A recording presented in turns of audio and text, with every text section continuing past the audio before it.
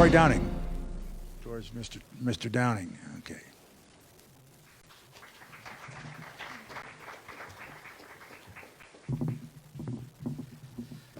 Hi, thanks for having me. Thanks for putting this on. The Flathead sure knows how to do it right. Just a quick story on Montana ingenuity that's come up lately. I'm sure you've all been following the constant barrage about this coronavirus in the news, and one of the things that has happened in a lot of the big box retail, the Walmarts, the Costco's, you see all this toilet paper just flying off the shelves. And talking about ingenuity, we go into Walmart the other day. The toilet paper's all gone, but they've replaced it with Hillary Clinton's new book. So that is ingenuity right there, and it made me smile. So I'm Troy Downing. So I've got 10 minutes here, so I'm going to talk a little bit about me, about who I am, because it's important to understand the person. You'll understand my journey, why I'm excited about being your next Commissioner of Insurance and Securities, and why I'm excited about being a member of the Land Board. So I'm going to talk about that, talk about what I want to do on that, and try to get it all in, and I've still got 30 minutes left, I think. So just jump right into it. So a little bit of background. Now, first about Troy. I'm a Christian. I was raised Baptist. Thank you, Mom. I am a husband, and I don't understand how anybody can do what we're doing, running a statewide election, without a supportive family. And my beautiful wife, Heather, is sitting in the audience here. I know you guys watching from the streaming can't see that, but she's been incredibly supportive, and I can't say enough about having her by my side. I'm a combat veteran, so she's been a veteran's wife while I've been deployed to Afghanistan. And even worse is having to be a candidate's wife, following me around, the incredibly expanse geography of this great state of Montana. So, Heather, thank you for being by my side. I love you. Next of all, I'm a father. We have 4 kids, 4 amazing kids, and they're kind of out of the house. We have one that moved back in. She's a senior at MSU, and they've all just been a delight. And I'm also a businessman. I have created businesses. I've helped other people create businesses. I'm a combat veteran. I enlisted in the United States Air Force after September 11th. And I'll go into that story a little bit. So let's just start from the beginning there. I started my journey in education. I started out as a research scientist at the Quran Institute of Mathematical Sciences at New York University, and eventually taught in the Information Technology Department. And so basically a computer science background. And I left there to do a startup company, a technology startup company, that was a little bit of a life changer. We ended up merging that with a nascent Yahoo when they were first starting off. And that was, a big game changer in our lives. And we've just been incredibly blessed. And from that, I started helping other people start companies. Started doing angel financing of nascent startup companies and helping other people build their American dreams.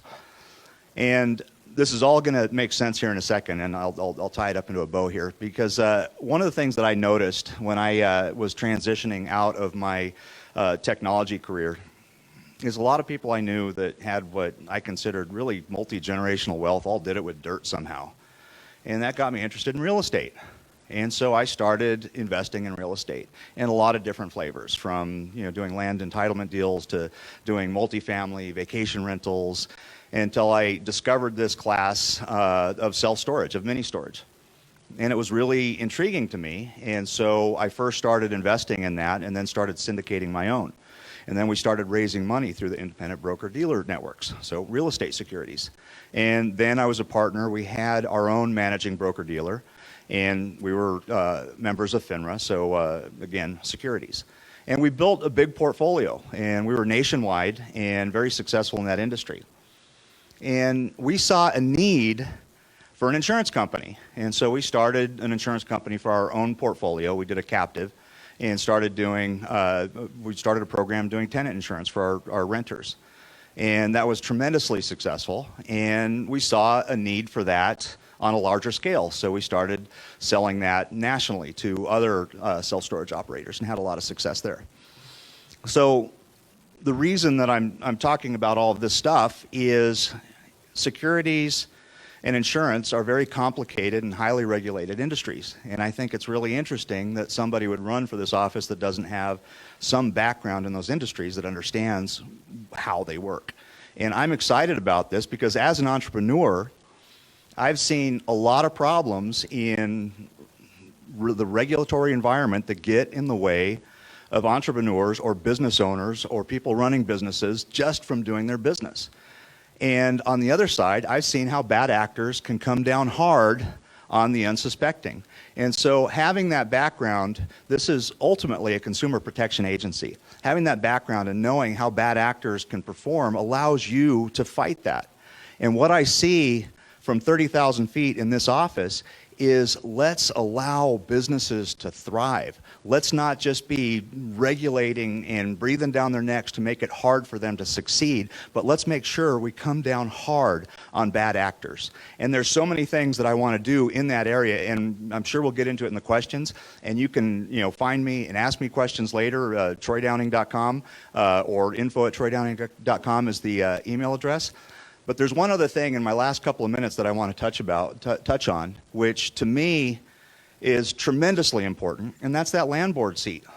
It's amazing to me how few people understand that affects everybody in this room, everybody in the state of Montana, if not directly, then definitely indirectly. And that land board, it's maximizing the income from the state trust lands to fund public education. And so how do we do that? That is supporting the backbone of our economy.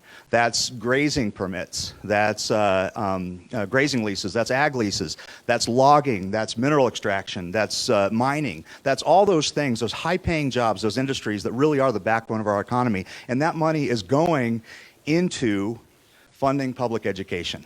And that's tremendously important to me that we do it in a way. I take a chapter out of the BLM Act of multiple use, sustained yield. Multiple use means multiple use. Let's decide what we need to preserve and protect. Let's decide where it makes sense to graze. Let's decide where it makes sense to log. And let's do that. The second part of that, sustained yield, let's make sure we do it in a way that we can do it forever. Let's truly be stewards of that. And I'm excited about that role. And I've been speaking to so many industries that are just flattered that nobody has ever talked to them before about how does this affect your industry as a rancher, as a logger, as a miner. And so I'm excited about being in that position. And that money, it's not completely funding public education, but it's a big check. The last one a month or two ago was $46 million. Let's make sure that we build on that and continue putting money in, because if we're not getting it from there, that deficit is going to either be firing teachers or raising taxes. I mean, there's only a couple of things that you can do. So it's important that we pay attention to that. And one last thing I just want to say that really makes me smile is I have so many volunteers on this campaign that have come out, these young college students. I've got Will in the back, who's out of Billings. He's the National Committee Man for the Montana Young Republicans. Our daughter is the National Committee Woman for the Montana Young Republicans. I've got all these interns that have come out, and one of the things that is, I think, salient to this is we've got Charlie Kirk coming to speak day after tomorrow. And last summer, he was in Bozeman and reached out to me, and I'm going, well, what's going on? And he said, I want to support you because we need more businessmen and we need more veterans in office rather than politicians and bureaucrats. And I'm so honored to have his endorsement, and I'm happy that he's going to be here in town in 2 days. So I'm Troy Downing. You can find me at TroyDowning.com. I'm looking forward to the next part. Thank you.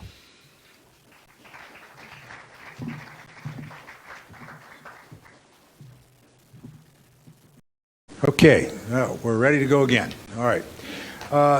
First question, the one that seems to be involved in my constituents, which of course is primary for me. As state auditor, insurance commissioner, describe what you would do to help Montanans curtail the rising cost of their health care. And we'll start with Scott, since you were last. Thank you. Obviously, when we talk about healthcare, that's a giant issue, like, as I mentioned earlier when I was talking. And we have to live within the Obamacare Act, and that's part of the problem that we have. We have that in every state.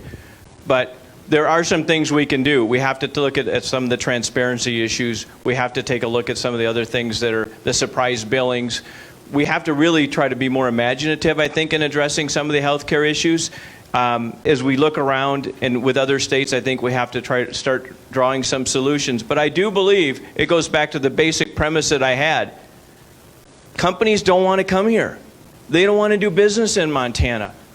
When there's only 3 or 4 insurance companies in Montana, how are we going to have anybody competitive? It's absolutely crazy. So the number one thing that I think we need to do is put that sign up and say, we're open for business. We want you to come here. If you are a good actor, we want you in Montana. And I think that's where I would make the primary difference. And I would start making calls on day one to those insurance companies that I think are good actors in it. We need them here. Okay, and Troy? Thank you. This is something I've been talking about for a long time. There's so many issues. We talk about the cost of health insurance, and we don't talk really about why it's expensive because of the cost of health care and the things that we can do to actually start combating that. And there's so many things that you can attack this on. And there's one thing that I agree with is just basic transparency, but I'm going to go deeper than that. Let's start looking at transparency in hospital billing practices. Let's start understanding who is getting what deal. How is that different between somebody that's insured and somebody that's not insured, between one insurance company and another? Let's start having transparency in that. Let's look at transparency in the PBM market. Let's see this whole cottage industry that a lot of people don't understand even's there, that is acting independently of creating this market, that it's acting as a liaison between the pharma companies, the producers, and the insurance companies down to the patients. Let's shine a light on that so we understand where that cost is going and how that's running. One of the things that has really bugged me is the complete loss of that patient-provider service, of having a relationship with your provider. And there's so many things that we've started to see. When I was a little kid, I grew up in a really poor family. My mom was a checker in a grocery store. We didn't have much. And when she would take us to the doctor, we would walk out and she'd get out her checkbook and she would write a check because that doctor was in that community, knew that community, and priced accordingly. And so I see all this toolkit of things coming out, like the direct primary care, of these healthcare ministries, all these different things that are creating new opportunity. And just one last thing, because I'm getting the red there, is we need to make it easy to operate here. As was said before, when people look at Montana, a lot of geography, small market, hard to do business in the first place, but why do we have to reinvent the wheel? Let's not redo regulations here that they're used to doing in other parts of the country. Bring in competition, drive down prices. Thank you. And Nellie. Push it and hold it. Did you push the bottom button and hold it? Until the light comes on? Yeah, the numbers. All right, are we there? Yeah. Okay. I absolutely agree with these guys. We need to bring in competition to lower rates and increase services, and we need more transparency. However, I don't necessarily agree on how we get there. Part of how I would get there is to go ahead and sit down. I've been talking with hospitals, hospital administrators, doctors, providers, and everybody, and they're concerned with almost the same things. If you really listen to them in their different groups and their different wheelhouses, their different expertise, they end up having a common denominator, a common goal that they all want to work toward. They all understand that they're an important piece to the puzzle. And we need somebody that's going to go in and actually listen, that's going to hear their ideas, let them sit down and roundtable as the experts that they are in their industries, and come up with real solutions that are long-term. We also have, there's just so many regulations that are crazy. I keep hearing stories. So I have a friend that does, he works on all kinds of equipment in the hospitals, and he fixes infusion pumps and NICU equipment, that kind of thing. And there's times where he's held up from fixing a machine for 4 months because of the regulatory issues. And he'll look online and like on Amazon, and he can find the exact part he needs that can be there in 2 days, and it's $14. Or he can wait 4 months and the hospital can pay $700. It's an insane difference, and it's not okay. Okay, thank you. One of the phenomena that seems to be irresistible is the growing consolidation of hospitals and pharmacy providers. Outline, if you would please, what steps you would take to help protect the healthcare consumer during this period of growing consolidation of hospitals and pharmacy providers. And we'll start with Troy.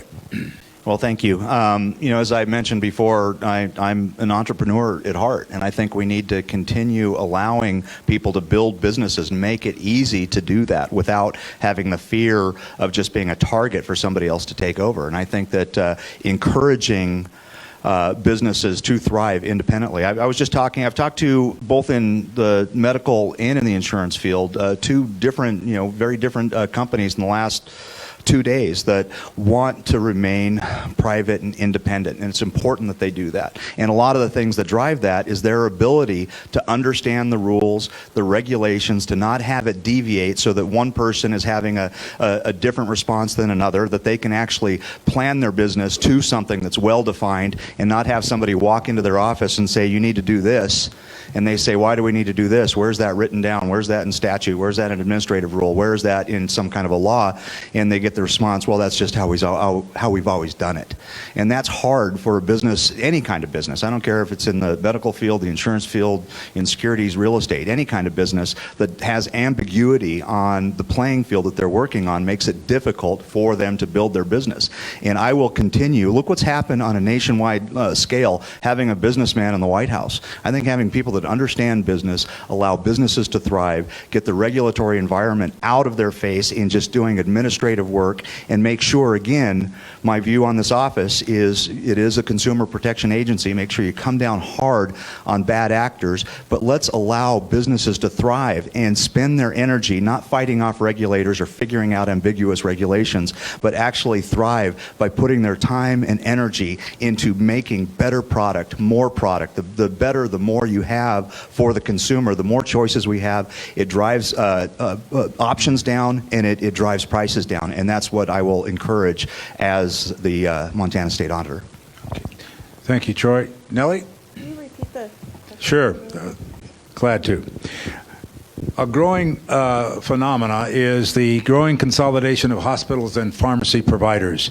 Describe how you're going to help and the steps you would take to protect the healthcare consumer during this period of consolidation.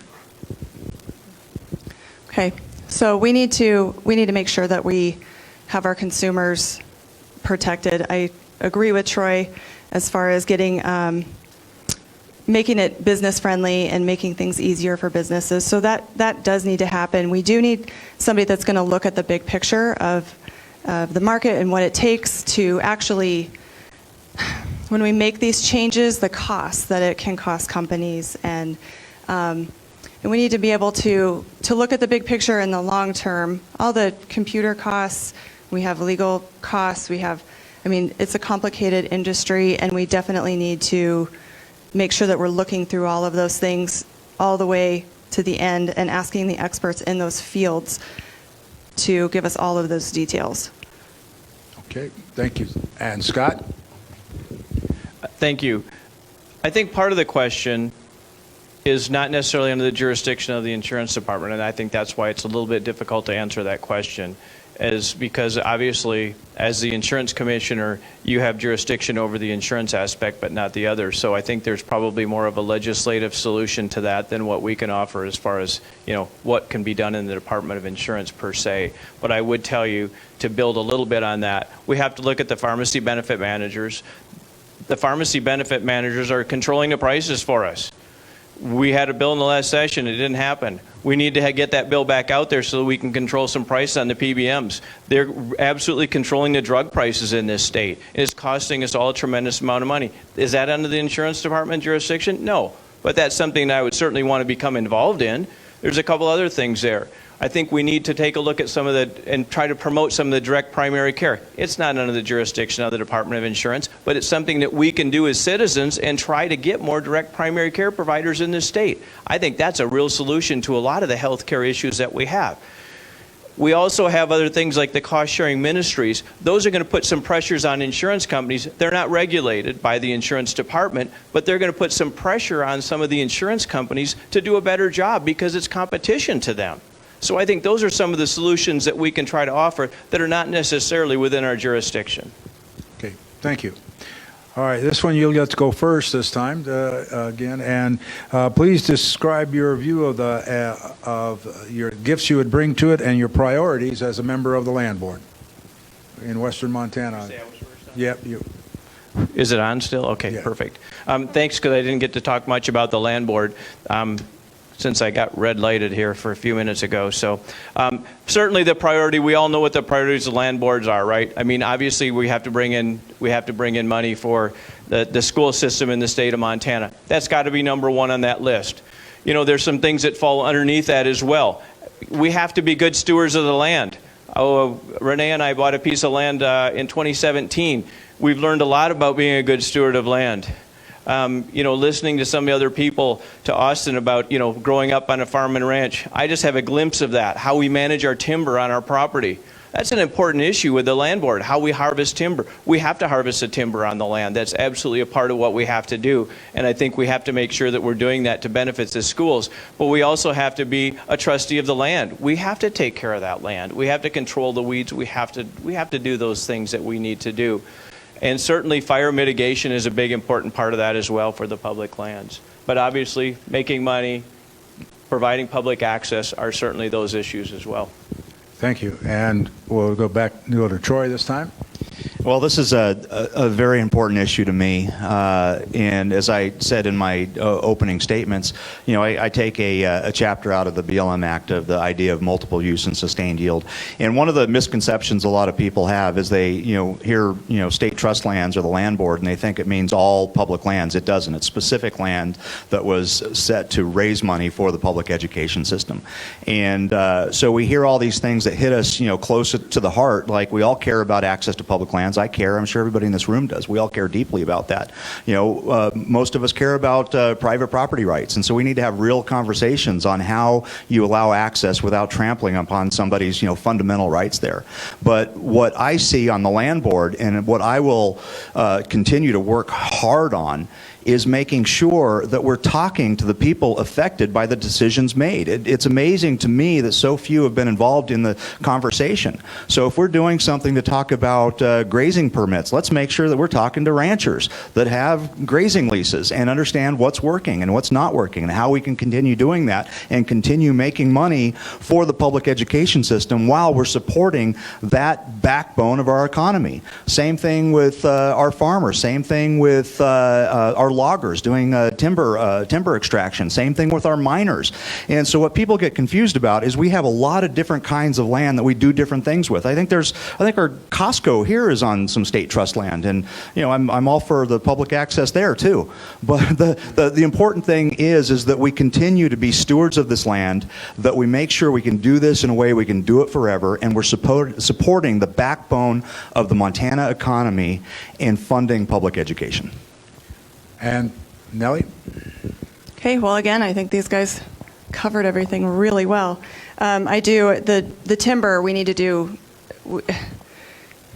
be able to take care of our forests and our lands. And when we do that, we're actually going to be saving money as well as earning money. When we have these fires, they're very expensive. And I think that if we can take care of our lands and make sure that we are producing our timber properly, and all those costs are going to go down. Now, as far as our conservationists and people in Montana, I mean, agriculture is our #1 industry, and we need to support that. And anytime we have people actually out in the field working, and they're the ones that are taking care of our weed control. They're the ones that are watching to make sure that all the water is running properly and fluidly, and that there aren't cows trampling up onto the stream side so that there's mud, and you know, there's all kinds of things that they're looking into, that they're really taking care of our lands. And if we don't support agriculture, then we're going to have a real problem in this state. Okay, thank you. I thought I was out of time. Thank you, Nellie. Okay, and our last question for the night, and it's actually not a question, it's a specific request. I hesitate to use the word demand. Okay, please outline 2 short-term and 1 long-term priority for you as a new state auditor for this great state of Montana. And we'll start with Troy. Well, the short term, I think we talked about there with just making sure that we're having honest and complete discussions on our land use with our public land system. I mean, long term, what I really want to see is I want to see a regulatory environment that is pro-business, so it allows businesses to thrive. It doesn't get in the way of our insurance companies, of our fund managers, of our retirement account managers, of all the people that fall under the purview. It doesn't get in the way of actually just getting the job done. We're not making sure, if you don't cross a T or don't dot an I, we're going to tell you, we're not going to scare you and fine you out of business. But let's make sure that we continue to push hard on the things that you can do to defraud or mislead or hurt the consumer, both in the insurance and the securities industry. Let's make sure that we have programs there so that they know when somebody walks in their office, it's not somebody that wants to put a gold star on next to their name because they found some silly administrative thing that you didn't do and tries to put you out of business or fine you out of prosperity. But you also know that if you've been doing something wrong, we're coming down hard on you. And that's what I want to see continue to grow as we make this a better pro-business office that allows these businesses to provide better, cheaper, and more products for our consumers, and knows that we're going to come down hard on them if they try to defraud Montanans. Thank you, Troy. And Nellie? Well,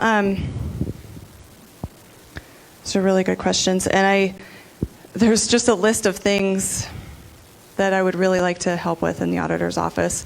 One of them is, obviously opening up those discussions. There is, as I've been talking to different hospitals and pharmacy owners, it has been apparent to me that some of the discussions aren't happening, that that the auditor's office is currently walking in there with an agenda and a plan, and then not actually listening to some of the people from the different industry. Another thing I'd like to do, probably longer term, I guess this would be my longer term one, these are all kind of short and long term at the same time, is the workers' compensation market right now nationally is hard, which once it gets hard, that means that the other companies have leaned out. So nationally, those companies have leaned out and they've made their businesses really efficient. And so what that means for us is that rates are going to start going up. So whoever is in the auditor's office is going to need to know a lot about workers' compensation to keep our rates down. And that's going to be a really big deal. And then our rates aren't even going to look like they're going down if we can even keep them at a flat level fee that they're at right now, the rate percentage right now. As the rest of the nation starts to go up, we actually will be. So we're ranked 13th right now, and if we can just maintain where we're at and everybody else starts to increase cost, then what's going to happen is we will essentially, when those Oregon studies come out every 2 years, we will be ranked better. And we shouldn't be 13th. That's not good. I know people talk about it like, oh, we're 13th, but no, 13th is not good. That means that we're the 13th highest rate in the state of Montana. And I'm out of time. Thank you. All right. Thank you, Nellie. And Scott. Thank you very much. So I'm going to tell you my 2 short-term goals right away. My first short-term goal is when I'm in that office, that's not the end of my travel. Most people look at this as a candidacy and go, that's the end of my travel. Oh my gosh, I finally get to stay home. I see that as the beginning of my travel. I will do an outreach program, and when I say we, I mean me. I will be out there in the communities of Montana. I will be out there talking to the people and trying to have a better understanding of the problems that they face every day. When there's a hailstorm in Roundup, I'm going to be in Roundup if I can get there in time. If we have a forest fire, I'm going to be on the ground where there's a fire. That is absolutely the commitment I'm going to make. If we have a catastrophe, I'm going to be there. I won't be in Washington, D.C. chasing another job. I will be out there with you guys. So that's my first short-term goal. My second short-term goal is to change the attitude that we have in our department. I can't tell you specifically necessarily what we have to change legislatively, but I can tell you that we have to change the attitude within that department. We have to make sure that the processes are simple. It seems to me that over the past 30 years of not having a Republican in the office, that there's a lot of procedures that are anti-business. Those don't have to be legislatively changed. Somebody has to step in there and go, you know what? We don't need to do this anymore. This is unnecessary. I've been working with the department for 3 years, and I guarantee you, the Rosendale administration has listened to a lot of those recommendations, but it's just a beginning.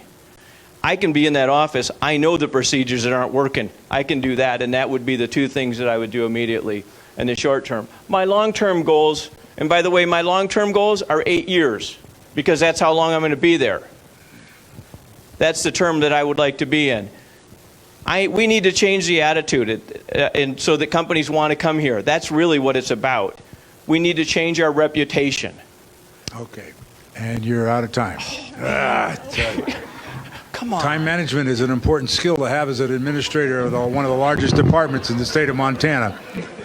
Okay.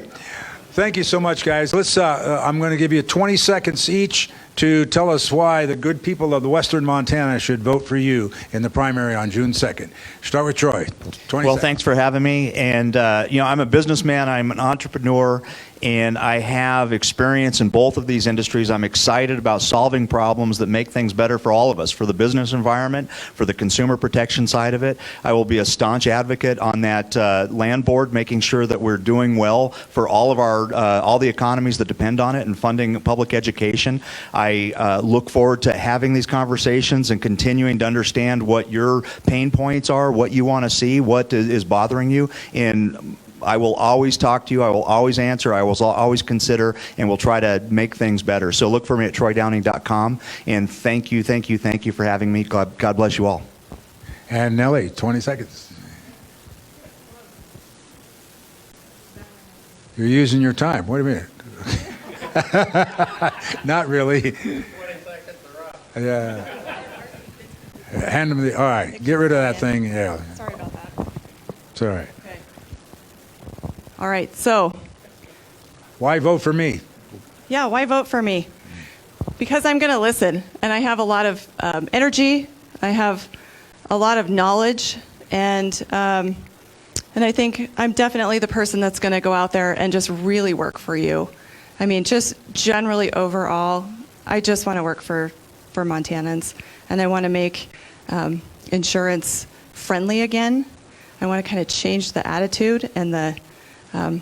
You guys, we need a Republican governor too. I just got to throw that out there in my Amen. in my 20 seconds. Like, please keep paying attention to all the candidates, but please, as you're going out, talk to everybody and get them excited about getting us a Republican governor, because all of this is for naught if we do not get that. Amen. And Scott. Thank you. So when I first started, when I began my introduction, I said I would tell you at the end of that as to why I was running for office, and I didn't get to that. So I want to finish that up right now.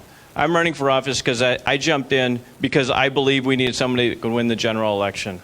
And that's why I got in at the last minute. I really believe that somebody's been doing this for 37 years. This isn't like a jump for me. This is just a little step. I can know how to do that job. And I think you would probably agree with me. If you went to your primary care physician and he referred you to a cardiologist and you had your choice of somebody who's been doing it for 37 years and practicing and doing it each and every day, you would probably choose that surgeon rather than one that maybe hasn't been doing it for that long. So with that, I would say that's why you should elect me to this office. And I want to say I am absolutely honored to be here and humbled to be here. It is truly an amazing experience to run for this office, and it's just great to meet everybody, and thank you for coming out. Thank you very much.